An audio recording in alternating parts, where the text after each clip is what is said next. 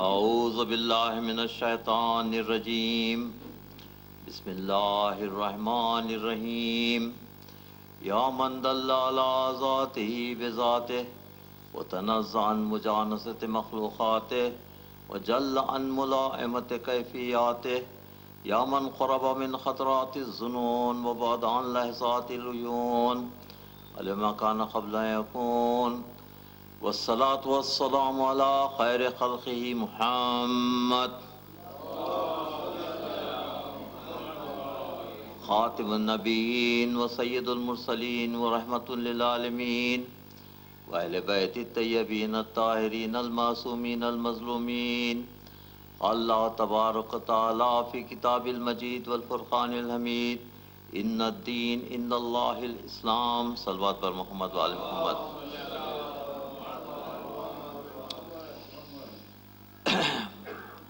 کل کی مجلس میں ہم نے تہذیب اور تمدن کے متعلق یہاں پر کچھ باتیں میں نے عرض کی تھیں. آج کی مجلس اسلامی ثقافت کے متعلق ہے. تو ثقافت کی تعریف ہم کس طریقے سے کر سکتے ہیں؟ ثقافت تمدن کا ہی ایک حصہ ہے. ثقافت اور تمدن دونوں، تمدن کے ایک حصے کو ثقافت کہتے ہیں، جس میں روحانیت کی آمیزش ہوتی ہے. تو روحانیت میں، فن میں اگر روحانیت داخل ہو جائے تو وہ ثقافت کی تعریف میں آتی ہے.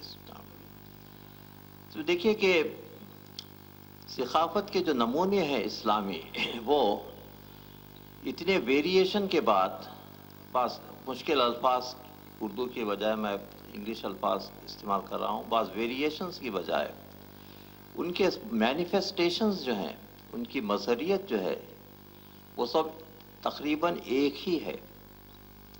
اس کی مثال میں دینا چاہتا ہوں کہ اگر آپ مسجد قرطبہ، جامع مسجد دہلی یا کسی اور مسجد کے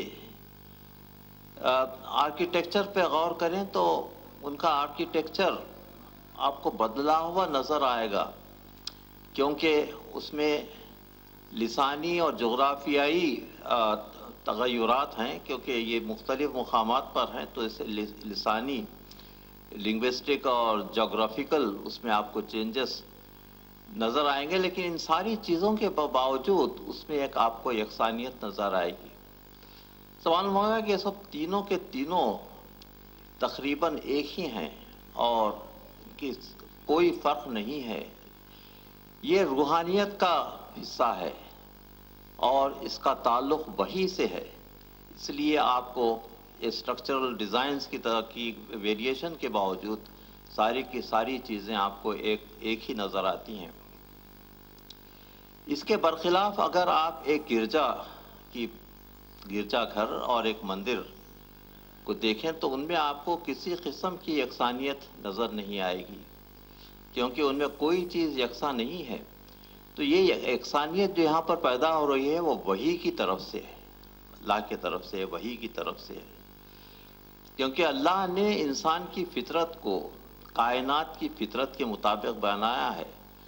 فرماتا ہے کہ فطرت اللہ الذی فطر الناس علیہا، کہ تمہاری فطرت وہی ہے جو کائنات کی فطرت ہے. تو انسان کی فطرت اور کائنات کی فطرت ایک ہی قسم کی ہے، ایک ہی ہے، اور یہ فطرت اللہ کی دی بھی ہے. اور چونکہ اللہ کی دی ہوئی ہے تو اس میں جو تبدیلیاں ہوتی ہیں اور جو چیزیں واقع ہوتی ہیں وہ سب اللہ کی طرف سے ہیں. اس لیے آپ کو ان چیزوں میں یکسانیت نظر آتی ہے کہ یہ اللہ کی طرف سے یہ یکسانیت دی گئی ہے.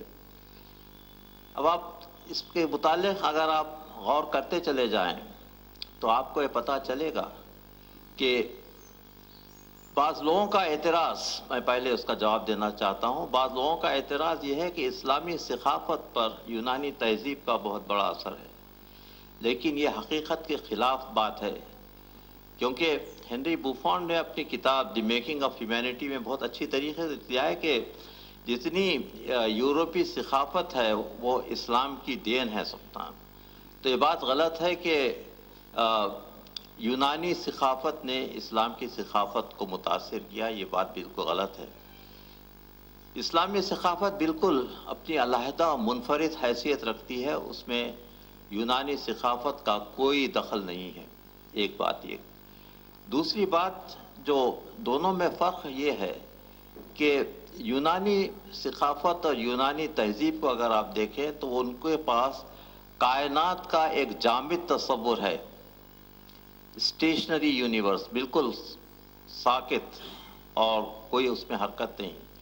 لیکن اسلام کے نے جو کائنات کا ذکر کیا ہے اس کے متعلق اگر آپ غور کریں تو کائنات اسلام میں حرکی ہے، ڈائنامک ہے، اسٹیٹک نہیں ہے۔